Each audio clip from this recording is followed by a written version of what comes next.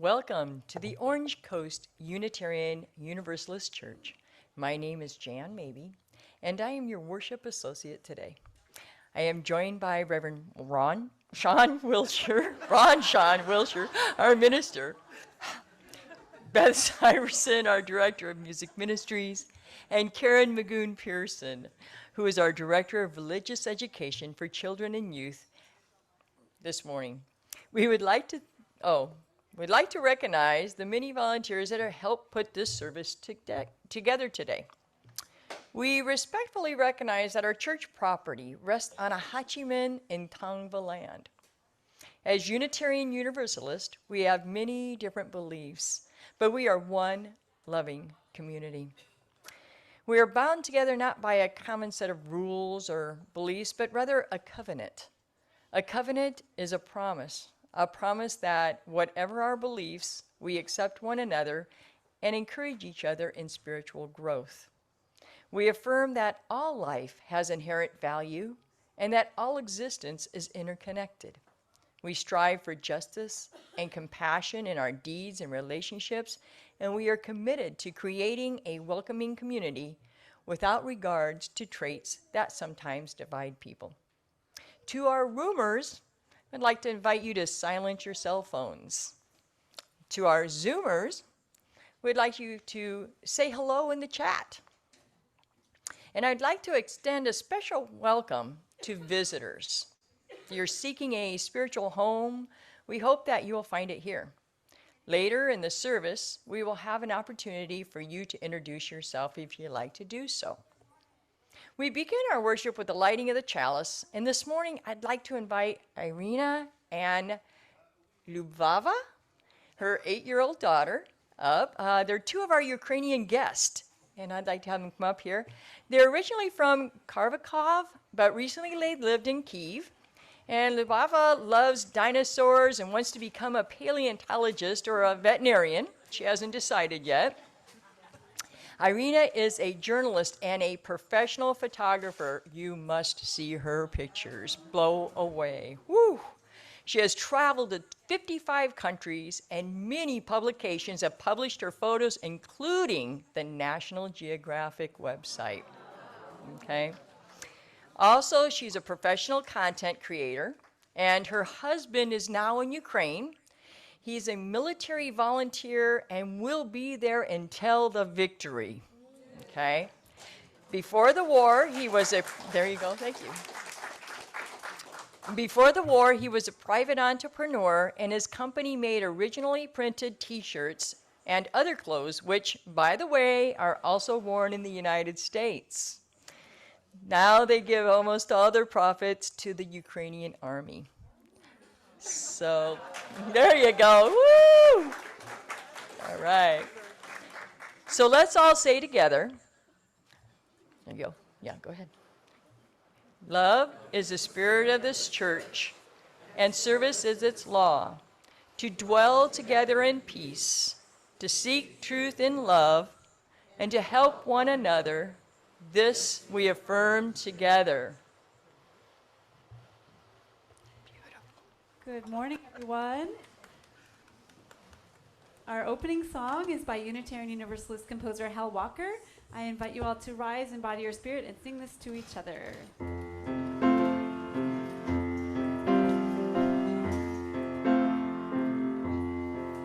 Whoever you are, we welcome you. Wherever you come from, we welcome you. Whomever you love, we welcome you. Whoever you are, we welcome you. Wherever you come from, we welcome you.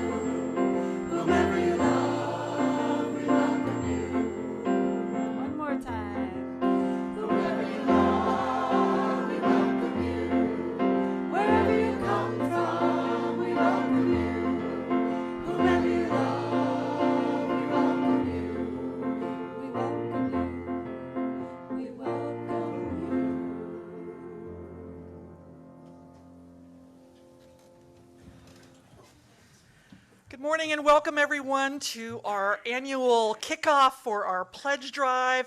If you're new here today, I hope you'll get to learn a little bit about what this church is about and how amazing and wonderful it is. So I want to start today by telling you a little bit about Olympia Brown. Olympia Brown was a minister who in 1863 was the first woman to be ordained a minister with the consent of her denomination, which was the Universalist Church of America. That went on to merge with the Unitarians in 1961, and she is in fact one of our theological ancestors and one of my heroes.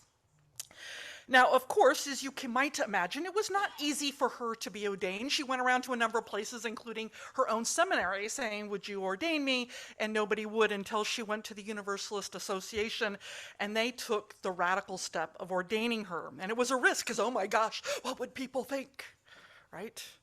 But they felt strongly that women were called by God as well, and they were all beloved of God. Now, not only did she serve the Universalist Church, but realizing that the women's movement needed to move beyond the local and state level, she took the radical step of organizing marches on the White House, which brought the suffrage movement to the federal level.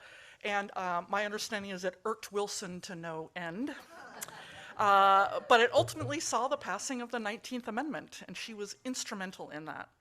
Now, she spent her whole life working for women's rights, preaching about the love of God, and for a denomination that told her that equality was worth fighting for.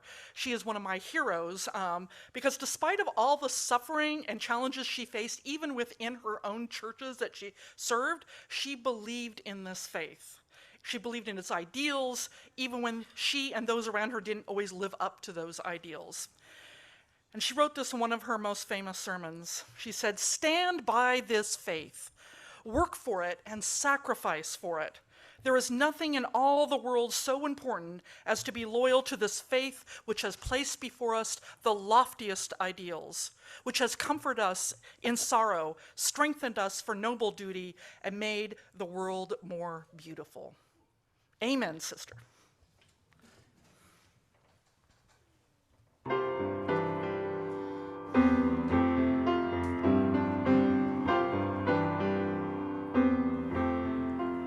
Now is the time for hearts to be open. No better time, this moment of grace. This is the day we can't wait for tomorrow or someday. Now is the time.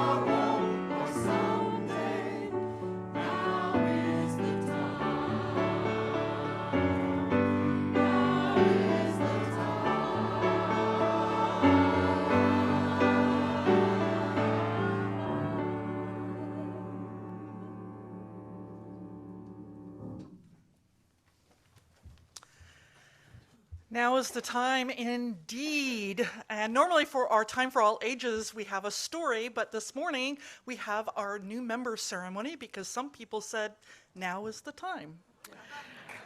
So this is Linda Sperry and Nina Smith. I'd like to invite them up here. They are co-chairs of our membership committee, and Nancy Lockery, who is the president of our congregation.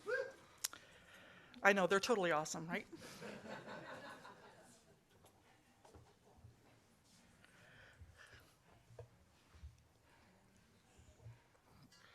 Nope, you're up.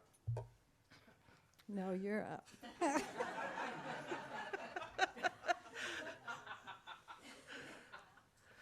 Are you done? I already Okay. invited you up. You're All up. right. You okay? And we practice this too. Okay. Good morning. I've served as membership chair with Nina Smith over the past year, and with Nina, we have had the privilege of getting to know all of the new members who have become a part of Orange Coast since our last membership ceremony, which, believe it or not, was April 24th of last year, 2022. This morning, we have the joy of helping these visitors and friends of the congregation become new members of our community. Some of them have already formally joined the congregation, but today we want to honor these new members by introducing them to you, the congregation. Would all of the new members come forward and join us in the front?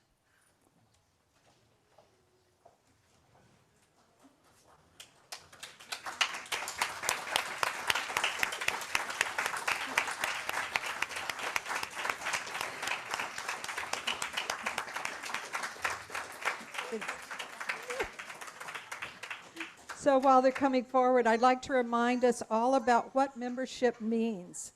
Membership is a way of loving this community. It is making a commitment to caring for the community. It's a commitment to seeking truth. It's a commitment to creating a better world.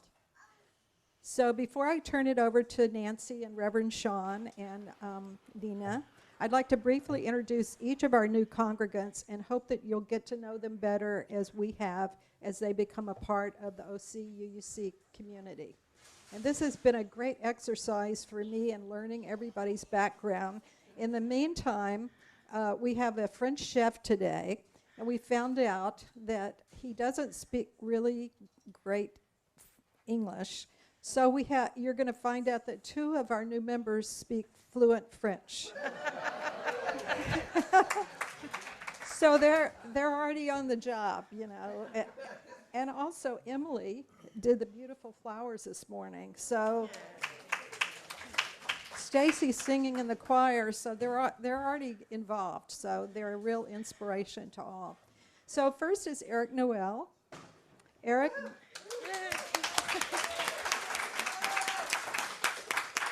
Eric grew up coming to OCUC with his father, Dan, whom many of us know, his late mother, Fabiola, also, whom we know, and his brother, Philippe, where he participated in religious education, youth groups, and Camp de Benneville, Pines. After spending many years searching for a sense of community and belonging, he's once again found it in this church. He still lives in Costa Mesa and has a job in the software industry. He also works with local groups struggling for economic and social justice in Orange County, walking picket lines and organizing protest and political campaigns. Everybody take note of that? In his spare time, he enjoys playing board and video games with friends, tinkering with computers, traveling, and riding his bike on sunny afternoons. Welcome, Eric. Next is our birthday girl, Stacy Smith, who is celebrating her birthday today. Stacy has been coming to Orange Coast Unitarian Universalist Church since July of 2013. She originally came for the choir, but stayed for the people and the principles of the UU faith. Stacy has spent 13 years working in the nonprofit sector in Irvine. Before that, she spent 10 years working in the music industry in Los Angeles. Currently disabled, she does her best to enjoy her lifelong hobbies of reading, music, writing, poetry, and being staff to her cats, Laverne and Shirley. She's also humbled and honored to have We Gather Together, a song that she co-wrote with Linda Kramer, sung as an offertory song at church each Sunday.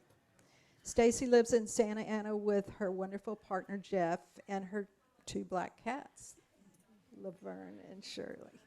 Stacy can think of no better day to officially join this loving community than on her birthday today. Aww. All right. Okay, next is Emily Sherping.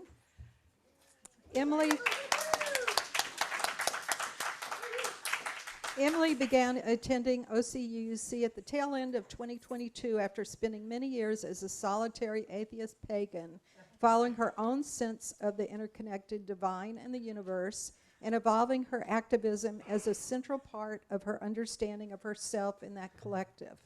When she first got here, she quickly found that she had more or less come to the same conclusions UUs have, and jumped in with both feet, and we're happy she has. She's hoping to reignite interest in pagan and earth-centric exploration of our 7th principle with like-minded folks at OCUC. Emily currently resides in Irvine with her twin girls, Lily and Rose, who are 4 years old and almost ready to find out what church is. Her spouse, Raphael, and their cat, Cinnamon Sugar Fingerprints. Oh, we got some cat lovers in the room. All right, next is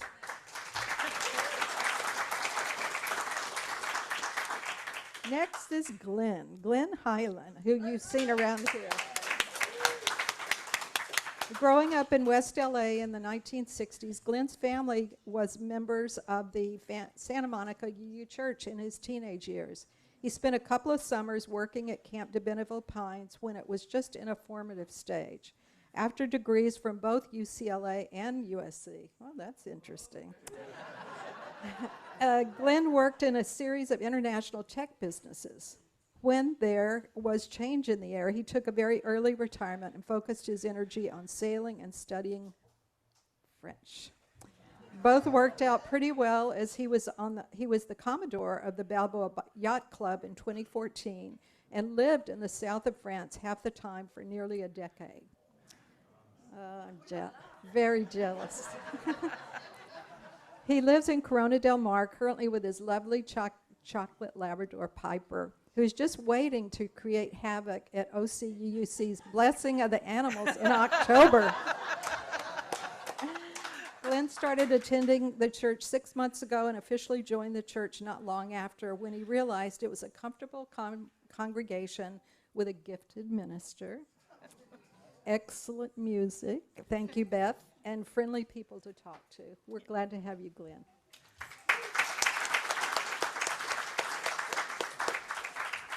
Okay, moving right along, Linda DeVillers, right here.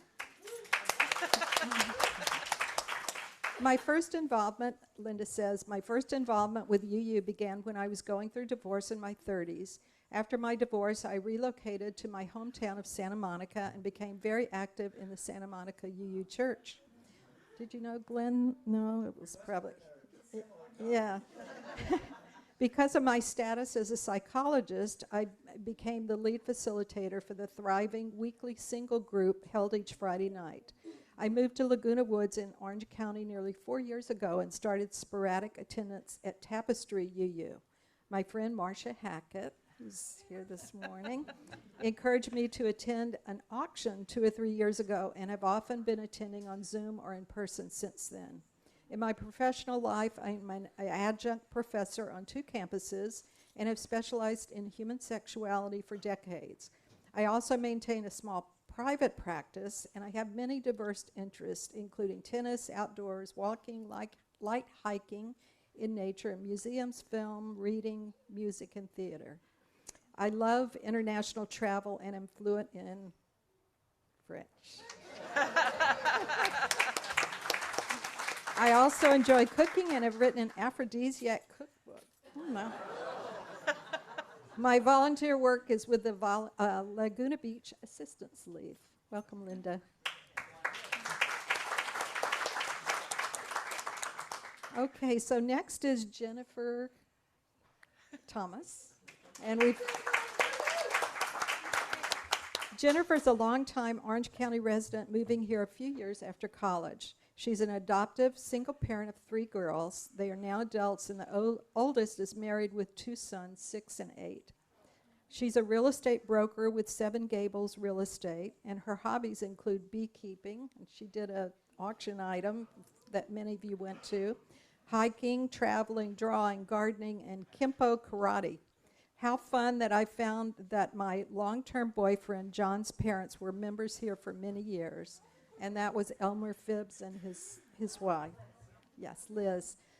So she never met Elmer, but he seems to be very well known around here. My goal in life is to help others and to make the world a better place. I found OCUC online by searching for churches that did not push what we can't do, but what we can do, which is pretty important. I'm blessed to find such a welcoming group of people, and I wanted to add that she's opened her home to Ukrainian family, and that's been for a while. So she's walking the walk and talking the talk. Okay, so at the end there, Pat Larkin, who everyone seems to know already. So Pat moved to California decades ago, and she has had a long-time career as a speech therapist, special ed teacher, and accent modification trainer. She's here in Huntington Beach. She's been a widow for 5 years, and her family was a long-time UU member group in Long Beach. She's been coming here for about a year, and she's been doing a lot already. She's an usher. She's worked with the Afghani family, the Ukrainian families. She loves world history. A special trip she took was to the ancient Silk Road in Central Asia. She loves nature, music, poetry, and humanism. So welcome, Pat. Okay, our last person is Phyllis Kaplan, who is on Zoom. Phyllis. Everybody wave to Phyllis. Phyllis was born in Vienna, Austria. Her family immigrated in 1934 to New York City. She moved to LA with her parents to Westwood and married a Brooklyn boy in 1951. She raised 5 sons and 2 daughters in Garden Grove and joined Anaheim UU, then at that time near Disneyland, around 1975. She got a BS in healthcare administration and a license as a nursing care administrator, but she chose not to give up her full-time job with the state in EDD worker comp. Her kids are on the way. She had a divorce, moved to San Diego, joined the UU, was active in choir, discovery, and started Friends of Diviniville Pines, and now is here at Orange Coast. She's enjoying her 14 grandchildren. How about that? And soon to be 10 multi-ethnic great-grandsons in Orange Coast. So that's... And Karen Robinson's with us today, too. She's one of our new members. So welcome, everyone, and I'm going to turn it over to Nancy.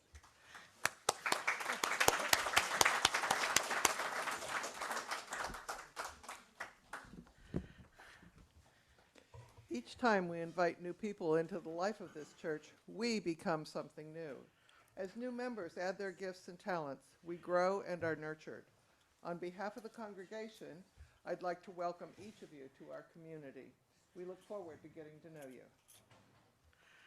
All right, let us covenant with one another. A covenant is a promise that we will be with one another and accept one another. So to our new members, I ask you this. We are grateful that you have chosen this community of faith, but will you accept our gifts of compassion, curiosity, and service? Will you offer us your presence and your gifts? Will you join us in building a community dedicated to love and justice? And if you do so, please say we will. All right, congregation, will you welcome these new members with your acceptance and warmth? Will you encourage these persons as they seek to find their place in this community? Will you honor them as equal partners in the building of this beloved community? And if you do so, we ask that you say, we will. And we will welcome you. Can we welcome you? Accept you as newest members of our congregation. We look forward to sharing the gifts of this beloved faith community with you and discovering the gifts you bring. May we grow together in the love that guides us. Let us join together in affirming the covenant of this church, the promise we make each week to ourselves and to each other, which holds our community together with common purpose and common love in the midst of our diversity of belief and understanding. Love is the spirit of this church, and service is its law. To dwell together in peace, to seek truth in love, and to help one another. This we affirm together. All right, I'd like to invite Karen Magoon-Pearson up here as we'll sing our children out to the religious education classes and our new members back to their seats, all at once.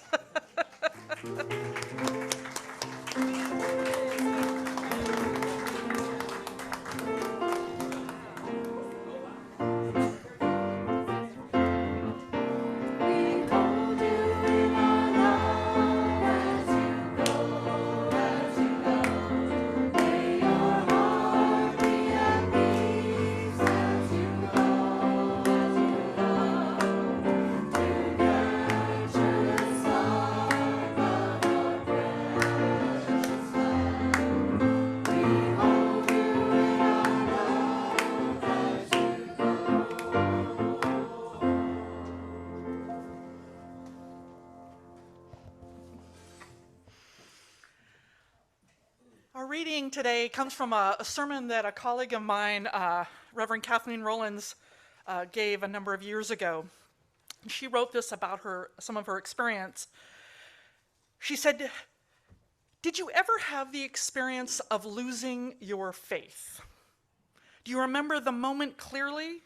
A time in your life when you said, 'Nope, I just don't believe that anymore.'" She writes, "The first time it happened to me, I was 13 years old, attending a Missouri Synod Lutheran church in Akron, Ohio. There you go. Although I was by then the only member of my family still attending church, I was really into it. I liked the hymns, I liked the competitive Bible verse memorizations. I even liked the way the church smelled, a combination of old wood and candle wax. But that Wednesday night of confirmation class, it all changed. The pastor was teaching these young teenagers about the importance of baptism and why it was important that everyone get baptized right away as an infant. Pastor Beal must have seen my quizzical face because he told a story then about a young mother who was ambivalent about baptism. She had put it off for a more convenient time. I remember he stressed the word convenient. He then said that the child had died suddenly and that in her grief, the mother turned to her pastor for a memorial service for the infant they turned for a memorial service. As was part of the Missouri Synod Lutheran theology, he said he couldn't do a memorial service for the infant because she had not been baptized a Christian. In fact, the child's immortal soul was actually in jeopardy because of her mother's failure to baptize. Something inside me snapped that day, and I remember sputtering out like, that's not right! That's not right at all! No one contradicted the pastor, especially during confirmation class. The pastor's face got red, and this was in the early 70s, and pastoral authority was not used to being challenged. He ended the class, and before I left, he said, "I'm going to speak to your mother about this."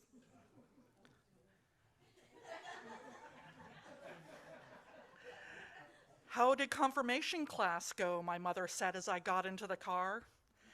Knowing that the pastor would call the next day and my immortal soul would probably be in peril, I told her everything that happened. I told her about the baptism story and the pastor's response and what I said.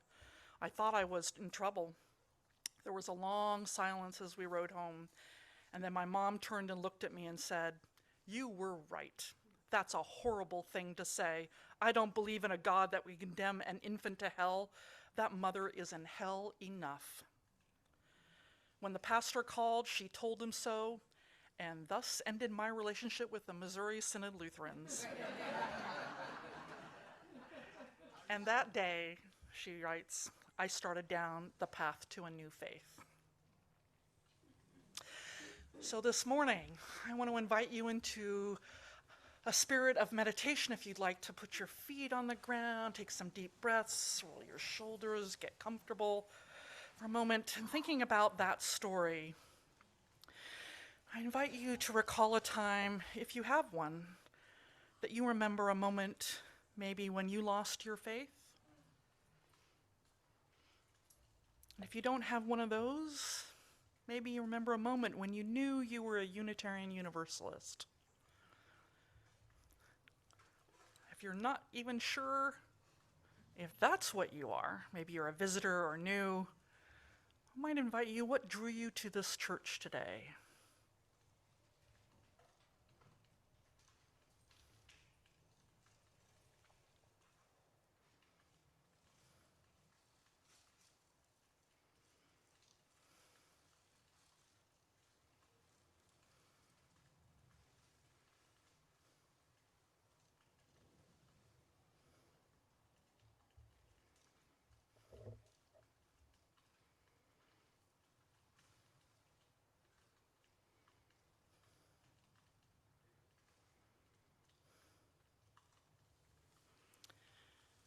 And when you're ready, please join Beth in singing.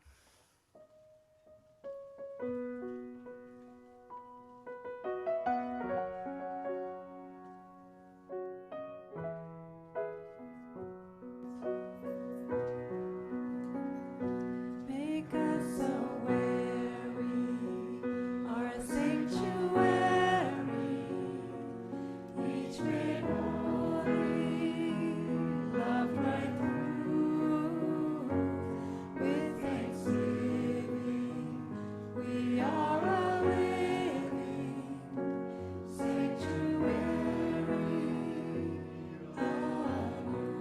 One more time. Make us aware we are a sanctuary, each made holy, loved right through. With thanksgiving, we are a living sanctuary.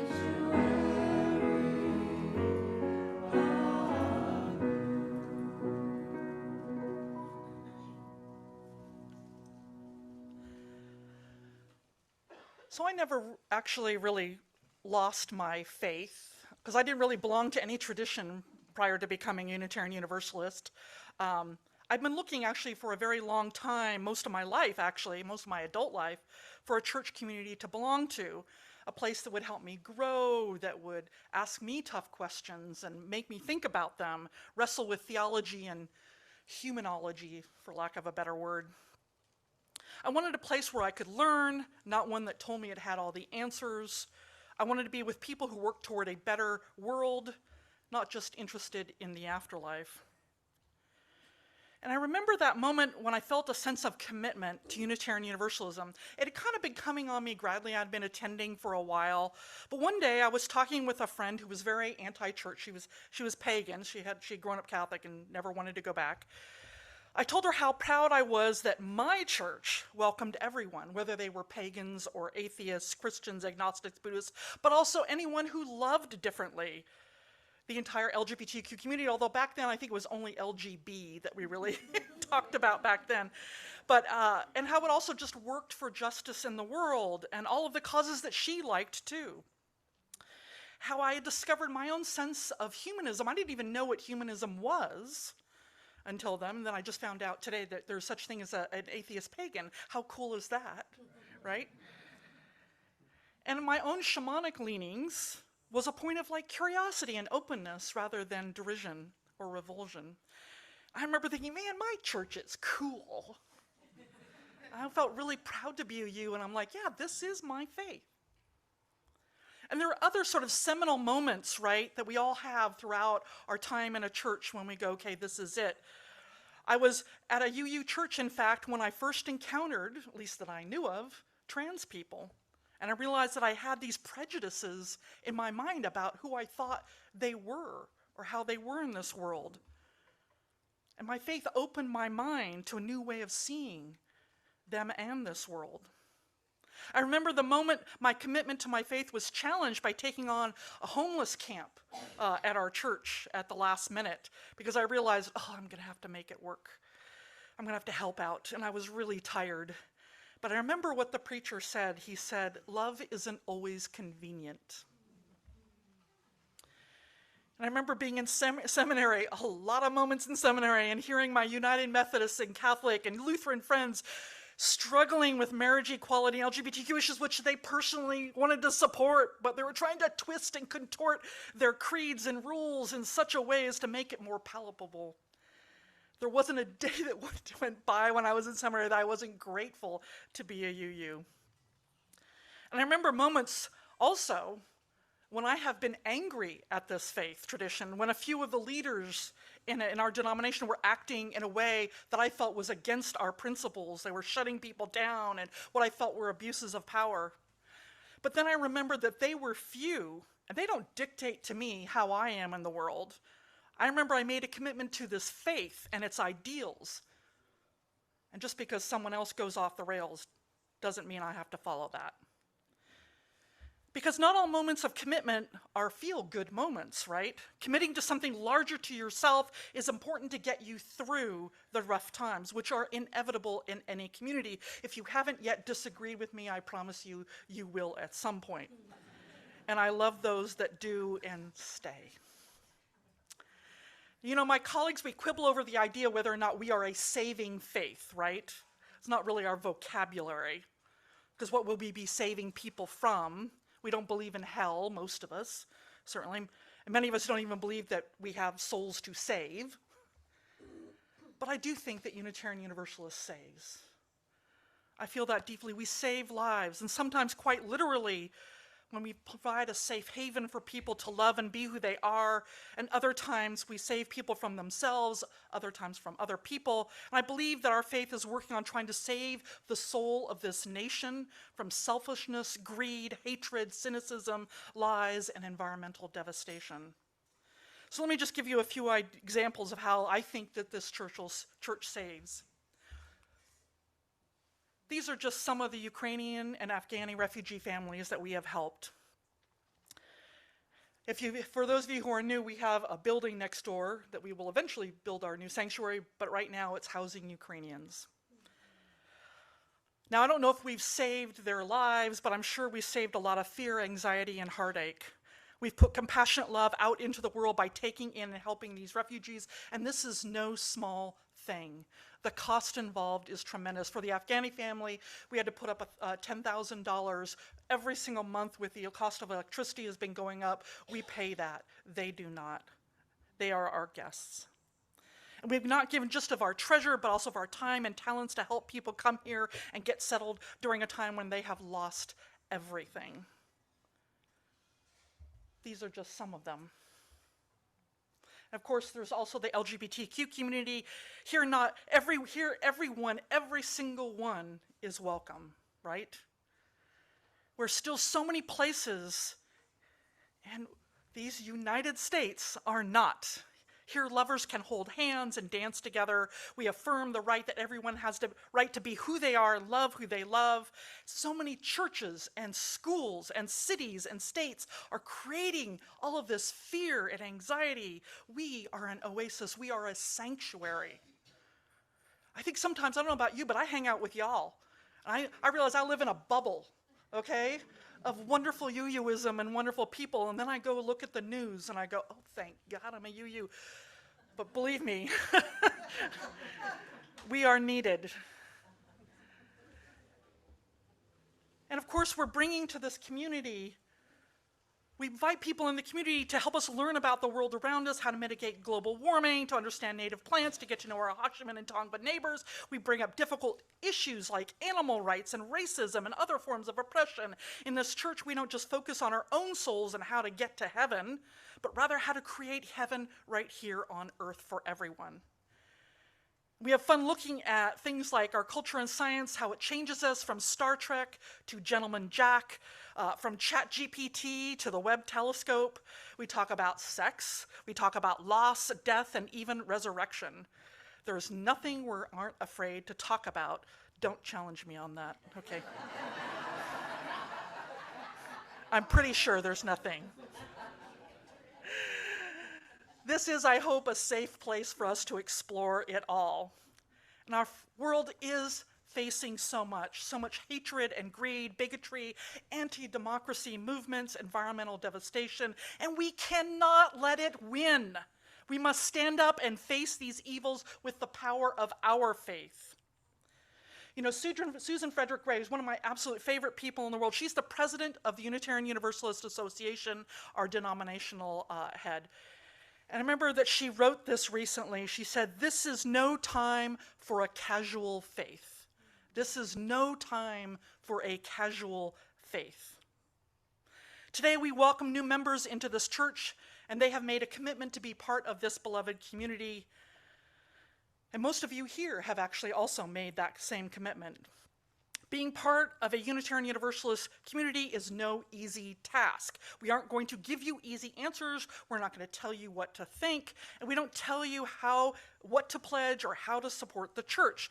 What we do ask is that you consider this church and this faith tradition, what it means to you and to others in our church and to our greater community and to the nation in this world, and then commit to supporting it. Today we're going to ask you to fill out a pledge card, either here or online. Kathleen's going to be able to put that online for you. So the Zoomers can be there as well. But I want to tell you some things before we do that that are coming up this year. First of all, I know I've said this, I think I even said this last week. We have this amazingly vital church. And it's really unusual post-pandemic, okay? We have higher attendance now, counting both those online and in person, than we did before the pandemic. We have more programming than ever before, and our membership is growing. In fact, our RE program is growing, which is almost unheard of in post-pandemic times. This church is a rockin', people. And this fall, I am proud to announce to you all that we are going to have a new intern. Yes. So, yay. Her name is Wendy Karn. So people are clapping here because they remember the last one, Rika Koppel, who was just so awesome, right? And she's going to be great too. I've talked with her multiple times, and the boards all met her. And afterwards, I think I'm quoting from the board when I say, "Thumbs up, she gets my vote." So she is awesome. We're really looking forward to having her. You will get to meet her. She'll be preaching here next month, in fact. And then, as I was trying to find a nice picture of her to show you, I went on her Facebook page and I found this picture too, which made me very excited. She's a Star Trek fan. And you know how much I love that. All right. So we're doing some amazing work also, loving anti-racism work, anti-oppression work, wrestling with these really difficult issues in a way that I hope that everyone feels heard. We're working really hard at that, even when we disagree. And I'm really, really proud of the way that we're dealing with it. And I do believe, Linda's this right, we're having our 5th Environmental Film Festival this fall. Our 5th Environmental Film Festival, which grows every year. We started with like 1 thing, and then we had 2, and now we're selling out. It's amazing, people. And the other thing that I want you to know, this is sort of a kind of a funny thing, but we have seriously some of the best online hybrid services in the country, okay? Every time I talk to my colleagues about it, I'm like, yeah, well, we do this and we do that. And they're like, how do you get people to do that? And I'm here to tell you it's all the amazing volunteers who help make it happen, who really stepped up. People who may not have known computers, but they learned and figured it out. And we have some of the most amazing stuff online because we want everyone, whether they're online, on Zoom, hey Zoomers, or here in person, to feel like they are a part of this community. That's really important to us. So my friends, the time is now. It's time that we ask you to renew or make a new commitment to this church and to pledge. To quote Olympia Brown, "Stand by this faith. Work for it and sacrifice for it. There is nothing in all the world so important as to be loyal to this faith, which has placed before us the loftiest ideals, which has comforted us in sorrow, strengthened us for noble duty, and made the world more beautiful." Amen, sister. Let us sing. Please stand in body or spirit. And we're going to sing The Fire of Commitment by Jason Shelton.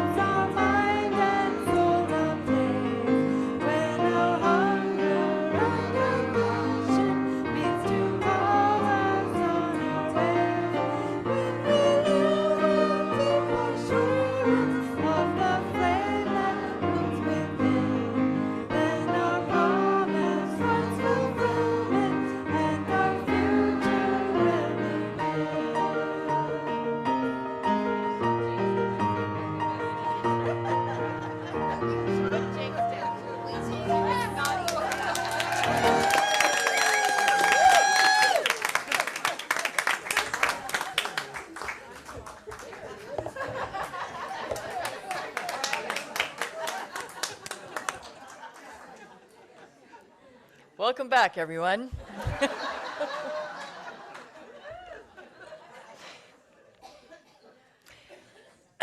Unitarian Universalist congregations are fully self-supporting, meaning that members and friends raise all funds for the operating budget, ministries, and programs of the church.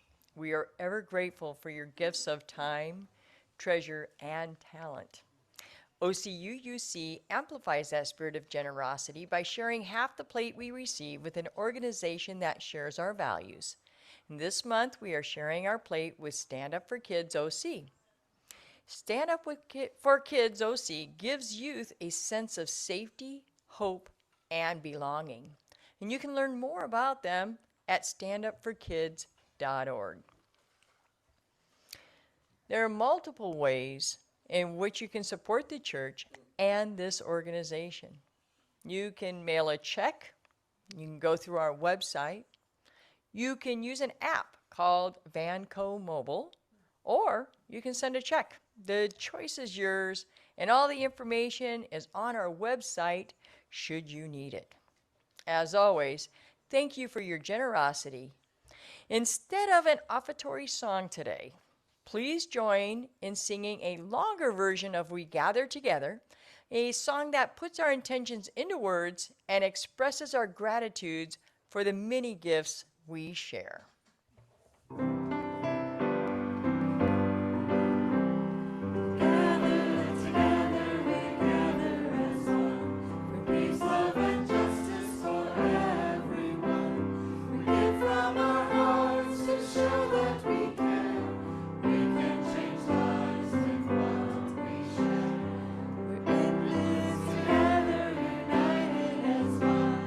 Interconnected when the day is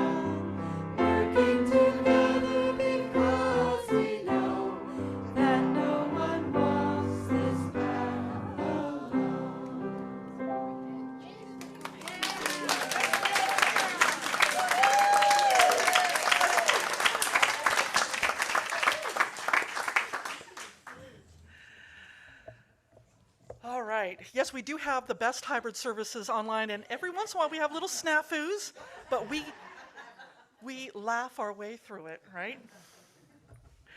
All right, now is that time when we honor important events and people in our lives, and you're invited, one and all, member, friend, or visitor, to participate in this ritual that we call Joys and Sorrows. So I'd like to invite Judith Stamper up here. She's one of our pastoral care team members, and she'll assist us in lighting candles. And the idea is if there's something that you hold in your heart, something from the last days, weeks, or hours, something that struck you at your core and you'd like to honor that, you're invited to light a candle. And if you're on Zoom, you can light a candle at home if you like. For those of you here, if you would like to share that joy or sorrow with the congregation, you could write it on a slip of paper that the ushers have and can hand out to you. And then just hand it to me as you come forward and I'll read them out loud. And Zoomers, if you like, you can write yours in the chat and I'll read them out loud and Judith will light a candle for you. So as music is played, I invite you to silently offer healing or celebration as you feel called and according to your own beliefs. Please come forward.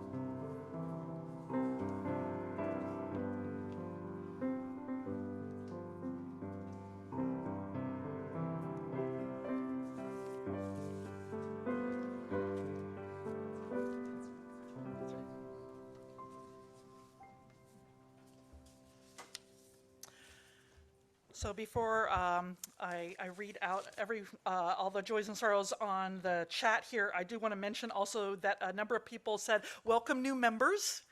And,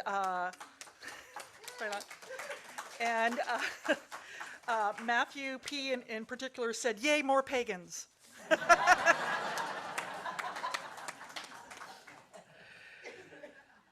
All right, so Valerie A., she would like a candle lit. She says, thanks to a new medication, I've been able to eat foods I haven't eaten in over a decade. She says, French toast for breakfast was heaven on earth. Amen. All right, and Kathleen M. says, please light a candle of joy for Mark Renshaw's grandson, Clark, who turned 4 this week. Yeah, the circle of life continues to spin, she says. For those of you who don't know, Mark Renshaw passed away recently.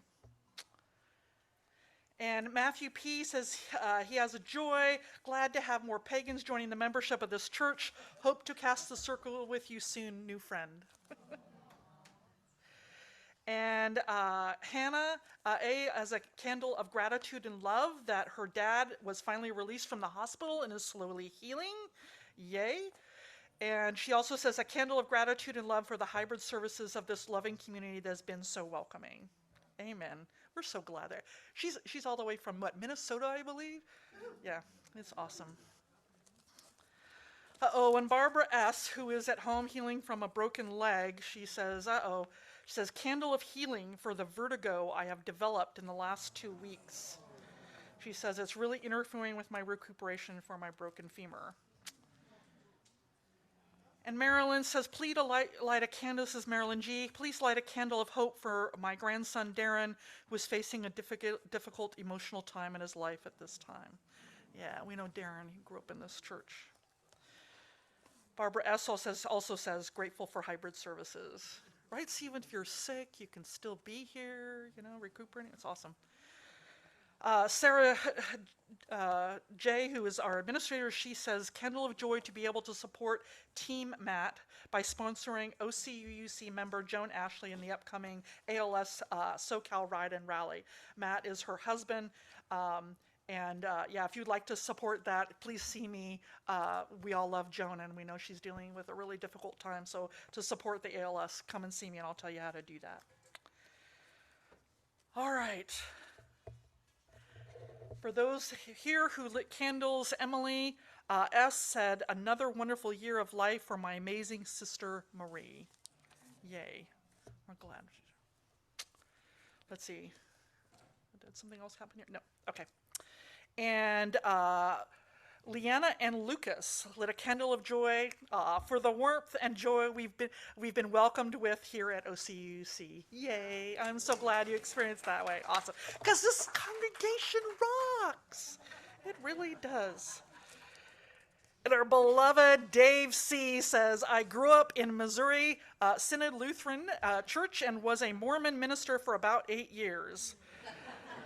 He says, but I knew I was a UU when we had an apple and cheese communion after a skit on Channing. William Ellery Channing's a famous Unitarian, if you didn't know. He says, I have missed less than 20 services in the 45 years of coming here. He says, I join Reverend Sean in saying I am proud to be a UU. Amen.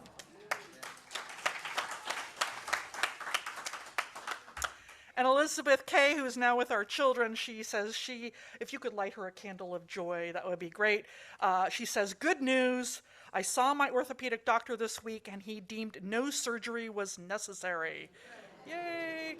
She's got a major contusion of the bone, inflammation of the shoulder joint, and bruising of the bone, along with a long road of PT. But she says, now I can ditch the sling and avoid surgery. Awesome. And Dolly Duran, you could just see her shaking her finger. She says, I was again the sole OCUC representative at the Wednesday Interfaith Lunch. We have a wonderful interfaith group here, and they do meet. They used to meet online, which unfortunately makes it a little bit hard for everybody to go to it. But if you can get to it, it's a wonderful thing. She says it's a great opportunity to meet other OCUC bubble people. To expand their views and experiences with our all-inclusive purpose, which I think is very true. So I'm going to get back on the board. I was on the board for a while. I took a little break, but I will do that. All right. Okay, and then we have a candle of joy by Shauna W. And her joy is having regained health and vigor to participate fully in a folk dance festival of my 71st birthday weekend and play music with my friends in a great ensemble. Wow, very cool. Very cool. Right on. And then Adam G., he lit a candle. He said, for Sarah and I were riding the bus this past Friday when we witnessed a homeless woman being hit by another passenger. However, Sarah was a great hero by chasing the man off the bus and comforting the woman. How awesome. That's you, huh? Yes, Sarah. Woo! Good for you. Excellent. Right on. All right, please join us in a spirit of meditation or prayer with Judith.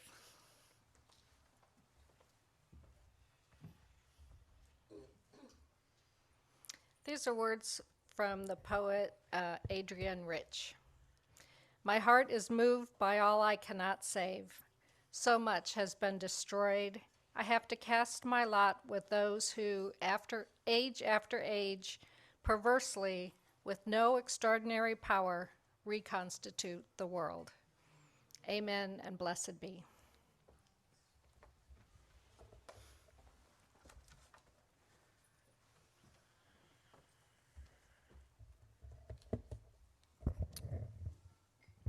Let us join together as we extinguish the flame of our chalice and say together, we extinguish our chalice, but not the light of truth, the warmth of community, or the fire of commitment. These we carry in our hearts until we are together again. Thank you for joining us this morning. We're a congregation made up of people who all believe differently, and yet, when we are gathered together, whether we are in the room or on Zoom, we make one loving community. We need not think alike to love alike. If you're a guest, a visitor, or someone who hasn't yet been known to us, I invite you to become a part of this beloved community. We encourage you to either write in the chat if you're a Zoomer, or if you're a roomer, please stand for a brief moment and tell us your name, where you're from, and we'll bring a microphone over so the people on Zoom can actually hear you. Do we have any visitors today? Okay.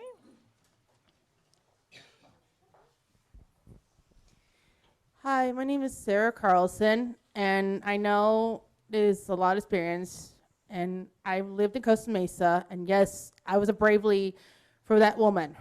And yes, I had to take the homeless man out of the bus. It took me a courage and bravery, and my faithful is being like love and perfection. So that's why I came here to bring everybody in love and honored to bring this glory. Thank you, Sarah. Welcome. Welcome. We have someone in the front, Beth.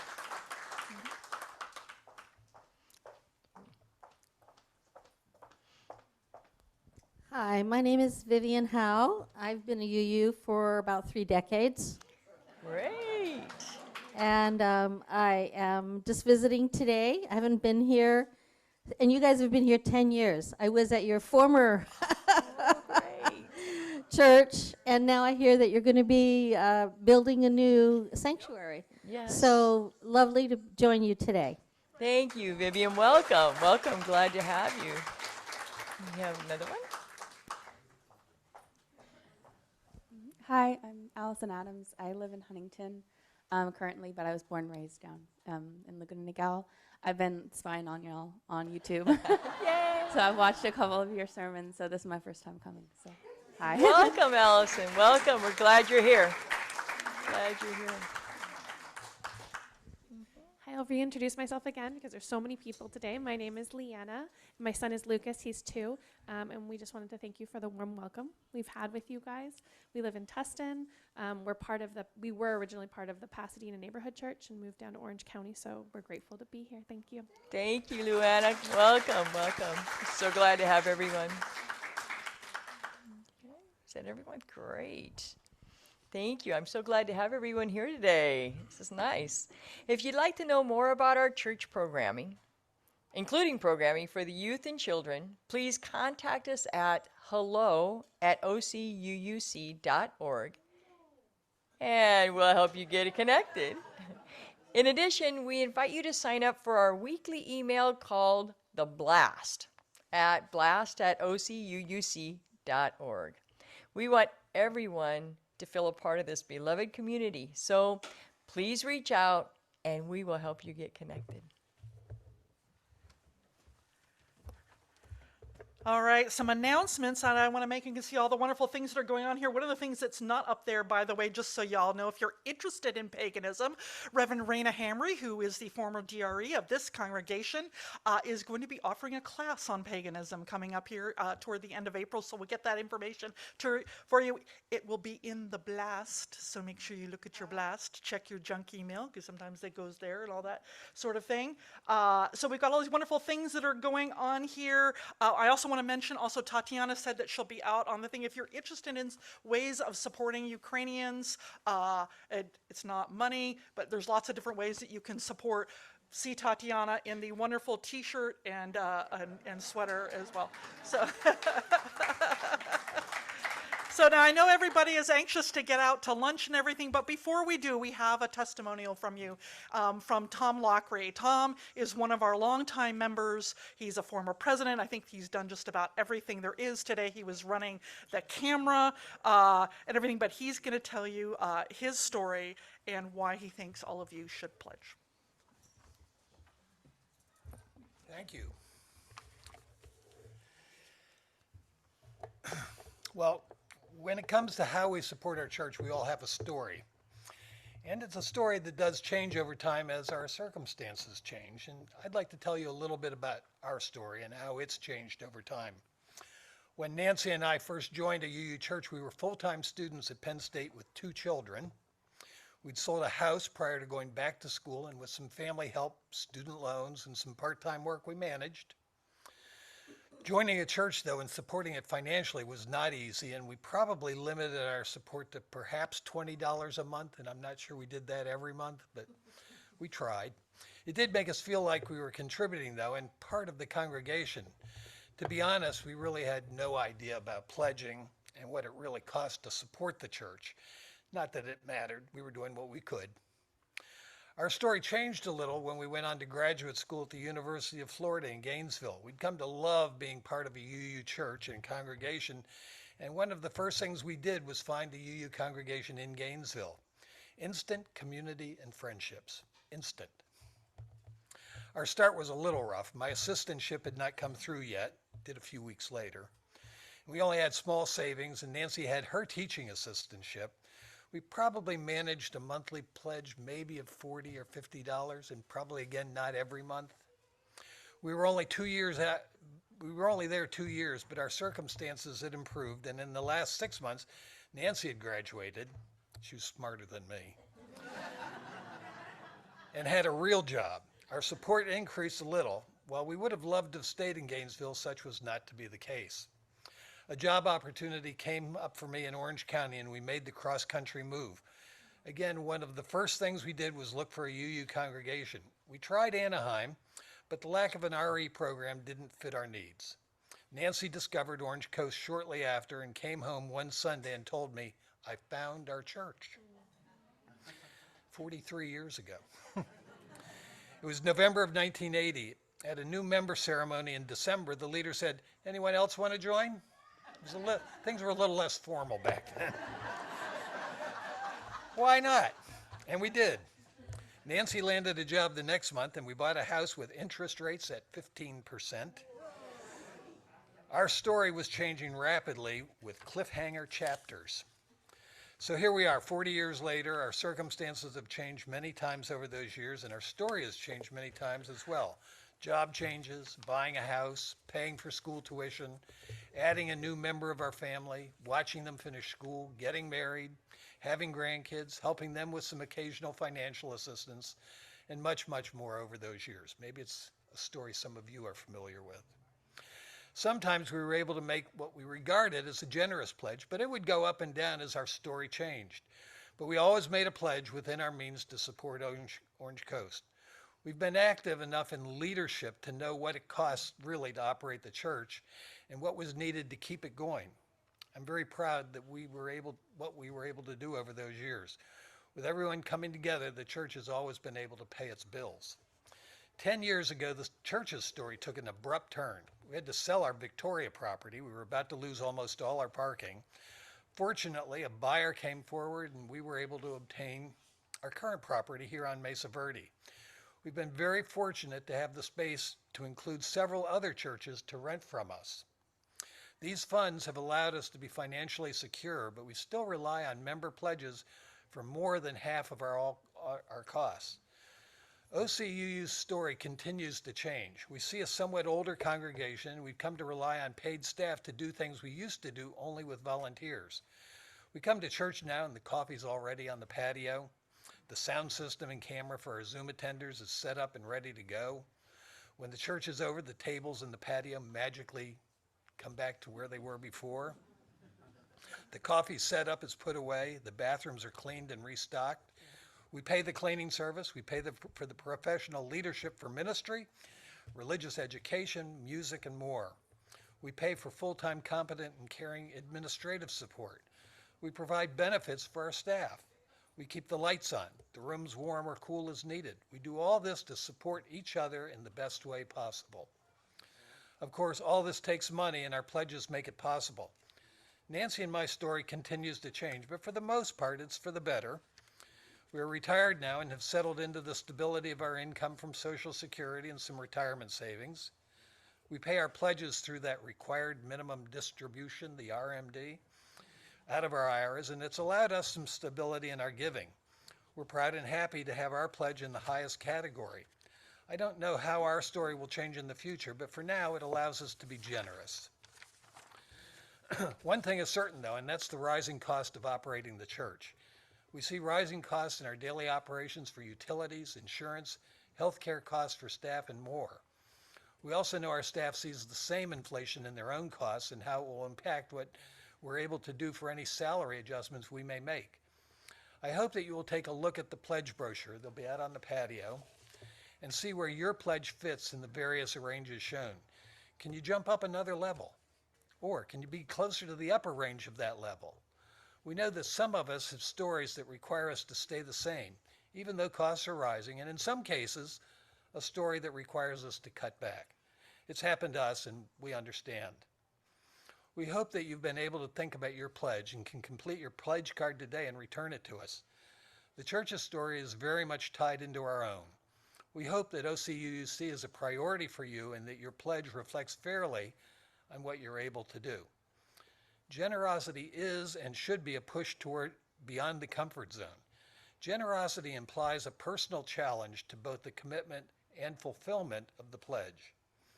Together we can build a story for a congregation that seeks to serve our own needs, extend our blessings to others, be proud employers of a loving and caring staff, and be the church home to ourselves and to others yet unknown to us. Please join with me in making your generous pledge and commitment to the future of OCUUC. May it be so.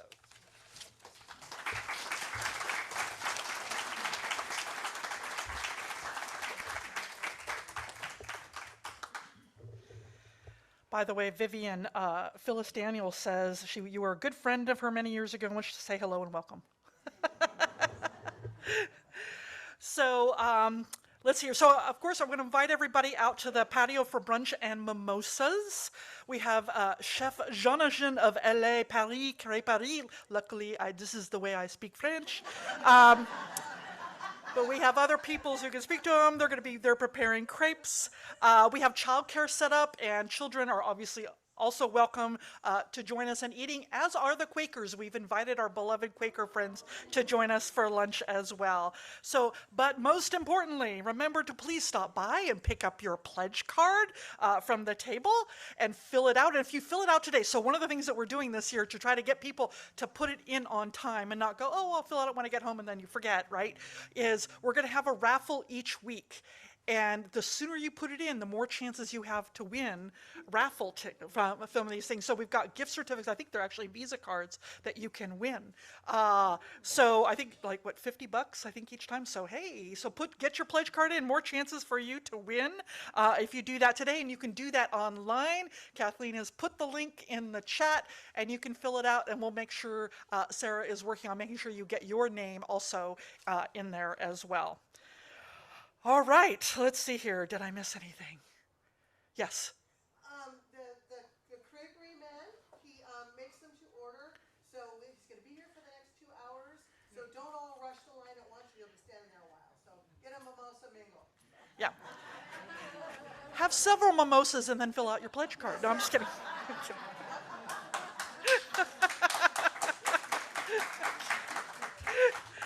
All right. Please, people, let us sing together and stand by this faith.